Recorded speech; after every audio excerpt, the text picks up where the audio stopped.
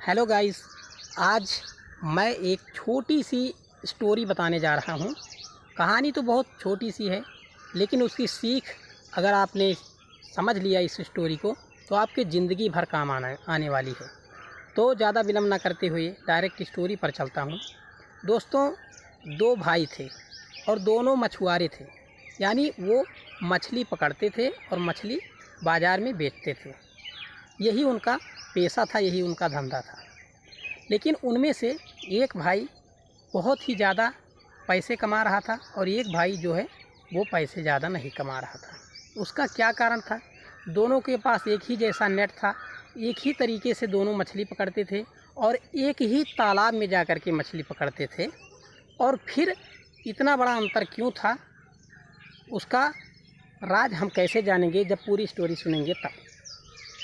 तो दोस्तों, पहला भाई जो कि ज़्यादा अर्निंग नहीं कर पाता था, ज़्यादा पैसे नहीं कमा पाता था और ज़्यादा मछलियाँ भी नहीं पकड़ पाता था, वो क्या करता था कि वो जाता था अपना नेट लेकर के तालाब में चला जाता था और नेट लगा देता था।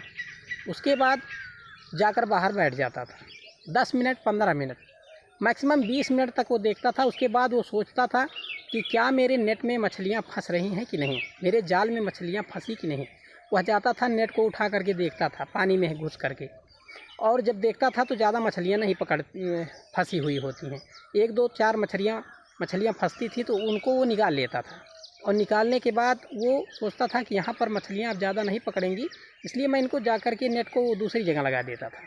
फिर उसके बाद 10 15 20 मिनट तक मैक्सिमम, उसके बाद फिर जाकर चेक करता था कि मछलियाँ फंसी कि नहीं। उसके बाद फिर वह नेट को इसी तरीके से वो दिन भर में कम से कम 10 15 बार नेट को इधर उधर करता था। लेकिन शाम तक वो देखता था कि उसके पास ज़्यादा मछलियाँ नहीं, और उसका भाई जो है उसी तालाब में नेट लगाता था, लेकिन उससे जो पहला भाई था उससे 4-5 गुना मछलियाँ उसके पास होती थी।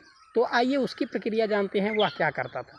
वह जाता था, सीधा तालाब में जाता था और अपना नेट एक जगह पर लगा देता था।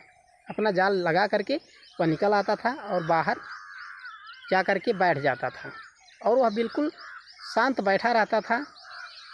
इसके बाद वो बीच में कभी भी नहीं जाता था, वो बिल्कुल शाम को जाता था और नेट से मछलियाँ निकालता था। तो उसके नेट में पूरी की पूरी नेट में मछलियाँ फंसी रहती थी। तो ऐसा इतना बड़ा दोनों में अंतर क्या था, इसका कारण तो आप ही समझ ही गए होंगे दोस्तों।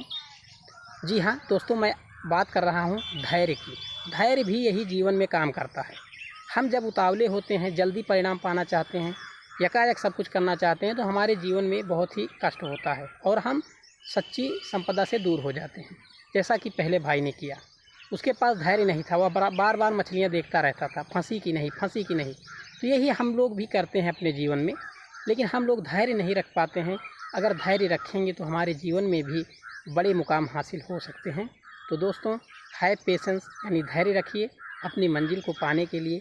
जितना बड़ा आप धैर्य रखेंगे, जितना अच्छे से आप अच्छी फिलॉसफी से काम करेंगे, उतनी ही अच्छी सक्सेस प्राप्त करेंगे। Thank you. आज का वीडियो कैसा लगा कमेंट में ज़रूर बताइए। Thank you.